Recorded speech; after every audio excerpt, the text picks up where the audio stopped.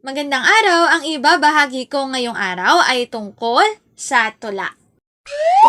Magbasa, makinig, matuto at magsaya. Ako si Binibining Menya. Handa na ba kayo? Tara na, umpisa na nating isa-isahin at pirapirasuhin ang mga detalyeng nakapaloob dito. Katulad ng binanggit ko kanina, ang ibabahagi ko ngayong araw ay tungkol sa tula. Ang tula ay isang anyo ng panitikan na may matalinghagang pagpapahayag ng isipan at damdamin. Mababasa sa mga tula mga kaisipang naglalarawan ng kagandahan, kariktahan at kadakilaan. Maitutulad sa isang awit ang tula. Nagsisilbi rin itong paggunita sa dapat na kaasalan ng mga bata at kabataan. At naglalayong maipahayag ang karanasan, damdamin, pananaw, kabayanihan at ang maigting na pagmamahal sa sariling bansa.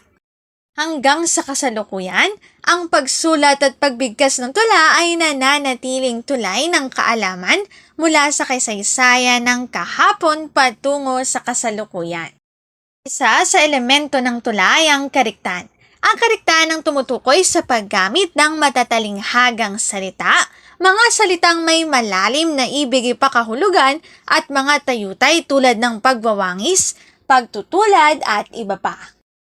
Apat na pangkalahatang uri ang tula. Tulang pandamdamin o tulang liriko, tulang pasalaysay, tulang padula at tulang patnigan.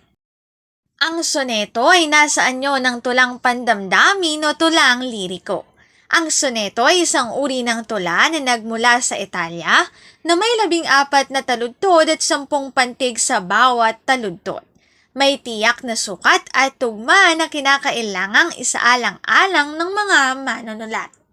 Malalim na pag-iisip at mayamang karanasan ang nakaaapekto sa isang manunulat upang makabuo ng isang mahusay na likhang sining. Kung kaya't, ang mga soneto ay kinapapalooban ng damdamin ng isang manunulat. Ang bawat taludtod nito sa karaniwang damdamin at kaisipan ay nagpapakilala ng matinding damdamin. Ang link na ito ang aking sanggunian ng mga impormasyong nakatala sa bawat slides. Kung interesado kayo na magbasa pa, maaari niyong bisitahin ang website na ito. Tula, dito na nagtatapos ang aking pagbabahagi. Sana ay marami kayong natutuhan.